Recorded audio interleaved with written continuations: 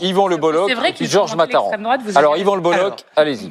À qui souhaitez-vous poser une question? À Monsieur Giacobelli, qui appartient à une formation qui se revendique être une formation politique très proche des ouvriers, du peuple, de tous les ceux Français, qui travaillent. Tous les Français. Oui, oui, bien sûr, de ceux qui travaillent, de ceux qui se lèvent le matin, etc. Et de ceux qui cherchent un emploi aussi. D'accord. Alors, bien sûr. Alors, je voulais juste vous demander pourquoi vous avez voté contre l'augmentation du SMIC à 1500 € net. Pourquoi vous avez voté contre l'indexation des salaires sur l'inflation? Pourquoi vous avez voté contre l'encadrement des salaires? Pourquoi vous avez voté contre la revalorisation des petites retraites? Pourquoi vous avez voté contre la revalorisation des salaires des fonctionnaires de 10%? Pourquoi avez-vous voté contre, c'est une manie chez vous, la suppression des aides publiques aux entreprises qui ont augmenté les dividendes des actionnaires sans augmenter leurs salariés? Je peux vous répondre? Il y en a un qui est fou, hein, je crois, mais c'est pas grave. Globalement, voilà.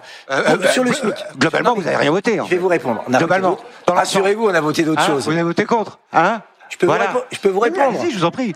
Non, mais globalement. Il vous répond. Oui, pardon. Tu peux?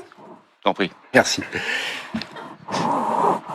Nous pensons que augmenter le SMIC dans ces conditions-là, ça permet pas aux autres salaires qui sont juste au-dessus de pouvoir être augmentés aussi. C'est une trappe à bas salaire. Et donc nous pensons, vous pouvez rire, on peut ne pas être d'accord. Oui, mais parce que toute la posture du Rassemblement national, elle est là. Allez, ceux qui se prétendent du côté des ouvriers et du peuple, ils votent contre les lois qui pourraient augmenter le quotidien des Français. Et vous l'avez fait systématiquement. Et là, je ne prends Monsieur Giacobelli.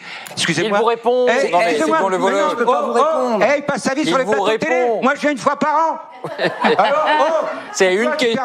Tu permets que je développe, David. La question et une réponse. Parce que c'est pas tout. La question et une réponse. C'est pas tout. Pourquoi ils ont voté? Et laissez-le vous dire pourquoi ils ne le paient pas. Pour la fin des droits du chômage après abandon de poste, pour la fin des allocations chômage pour les employés refaisant. Est-ce que vous avez envie d'une réponse? Pourquoi? Non, apparemment pas. Est-ce que vous avez envie d'une réponse? voté contre toutes les propositions qui auraient pu aider le monde du travail. Yvan, je vais venir reprendre le micro à nouveau. Non, moi je vais pas. Je vais venir reprendre le micro. Merci beaucoup, Patricia. Bon, je vous préférais dans Caméra Café. Hein. Simplement, je ne suis pas communiste.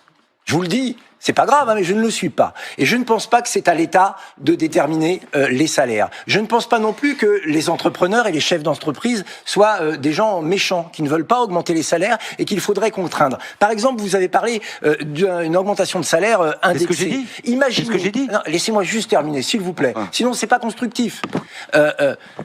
Imaginez une PME en difficulté. Ça peut arriver. Il y en a encore plus cette année que l'année dernière.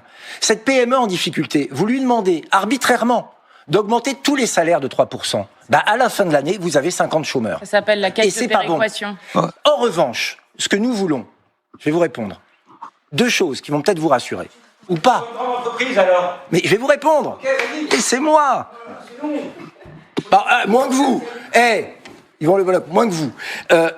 Il faut aider les chefs d'entreprise, les petites et moyennes entreprises à augmenter les salaires. Je répète la mesure. Une PME, le chef d'entreprise augmente les salaires de 10%, ces 10% sont exonérés de charges patronales. Et deuxièmement, il y a des entreprises, parce que ce qui est sous-jacent, c'est qu'il y a des profiteurs dans l'histoire qui engrangent les bénéfices et ne les redistribuent pas. Quand il y a un surprofit c'est quoi? Une entreprise qui profite d'une conjoncture et qui a beaucoup de bénéfices, non pas à cause de sa politique, non pas à cause de sa recherche, mais par un effet d'aubaine. Ces surprofits doivent être taxés. En revanche, votez tout et n'importe quoi avec l'argent public en disant aux gens on va vous augmenter comme ça sans contrôler le travail que vous faites et sans demander aux chefs d'entreprise si c'est faisable, ne comptez pas sur nous pour le faire parce que nous sommes des gens responsables.